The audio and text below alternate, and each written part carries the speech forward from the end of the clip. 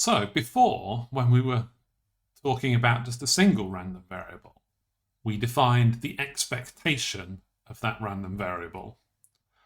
We also looked at the expectation of functions of the random variable. So the expectation of x squared or x plus 4 or 3 times x.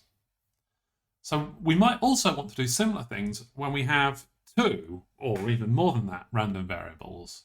For example, if we have two random variables, x and y, we might want to calculate a function of both the random variables. So we might want, for example, the expectation of x plus y, the sum. Or we might want the expectation of x times y, the product. Or maybe some even more complicated function. So in this subsection, we're going to talk about that. We're going to talk about expectation of functions of more than one random variable. So as a reminder, previously we had the rather cruelly named law of the unconscious statistician. And what that said was that if you wanted the expectation of some function of a random variable x,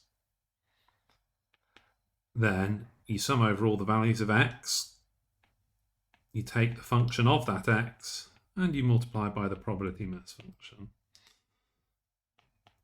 So our new result here is, what if we want the expectation of a function of two random variables, like x plus y or x times y or some more complicated function of the two? And the answer is, it's kind of the same. Right? We have a sum which, instead of being just over x, is now over both x and y. Then we have the function, but it's not just a function of x now, it's both a function of x and y. And instead of just having a marginal distribution, px, we now have the joint distribution, pxy, of xy. So that's very similar to the law of the unconscious statistician before. Two particularly important special cases is, what about the sum, the expectation of x plus y? Well, that turns out to be the expectation of x plus the expectation of y. Importantly, this is always true. So in particular, it doesn't matter whether or not x or y are independent. This is always true,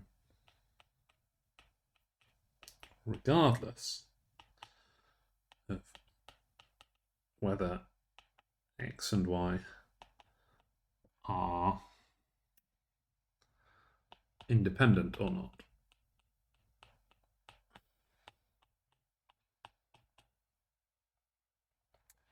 And we also might want to look at the expectation of a product, expectation of x times y.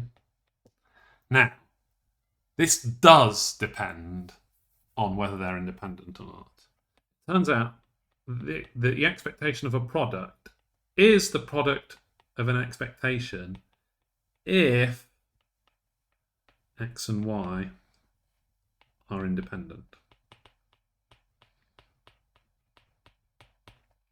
So it's important to get this straight. The expectation of the sum is the sum of an expectation all the time, always. The expectation of a product is the product of an expectation if they are independent. If we combine this second result here together with previous results we had about single random variables, we can kind of stick all those together, because with single random variables we looked at what happens if you multiply them by a constant. Here we looked at what if you add two random variables together, and we also looked at what happens if you add a constant. So you can see by putting all those together, we get this. Right, all the constants can come outside, we can split everything up separately. It all works out neatly like this. It's sometimes called linearity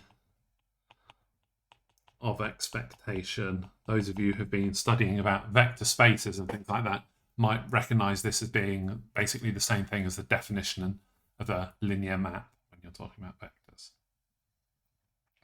So the 3 bullet points in that theorem up above, which I was hiding a bit with my face, those 3 bullet points, there are proofs of those in the notes if you want to look at proofs. We will just do a quick example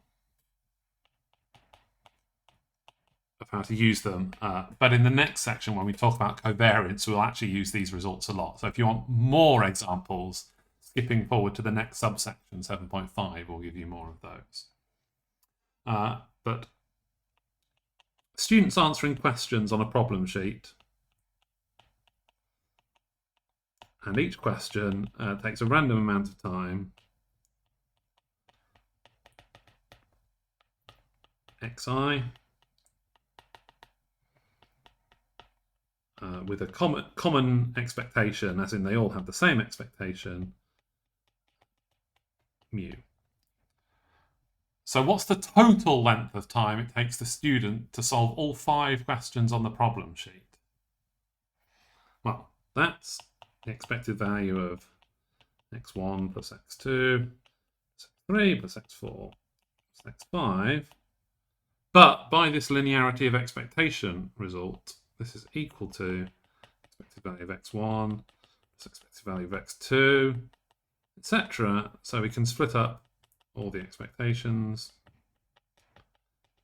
and we get 5 lots of mu. So if it's mu to solve 1 question on average, it's 5 mu to solve 5 questions on average. But what if these times aren't independent? So what if, say, when the student is tired, all the questions take longer, whereas when the students just had a coffee, all the questions are quicker? So what then is the expectation of the time to take all 5? Well, the answer is it's still 5 mu, right? Because this is an expectation of a sum, and that is always the sum of the expectation, even if the random variables are dependent. So even if this x1 through x5 depend on each other, because they depend on whether the student's tired or not, it's still the case that the average is 5 mu. So that's a quick example of using linearity of expectation when we have multiple random variables.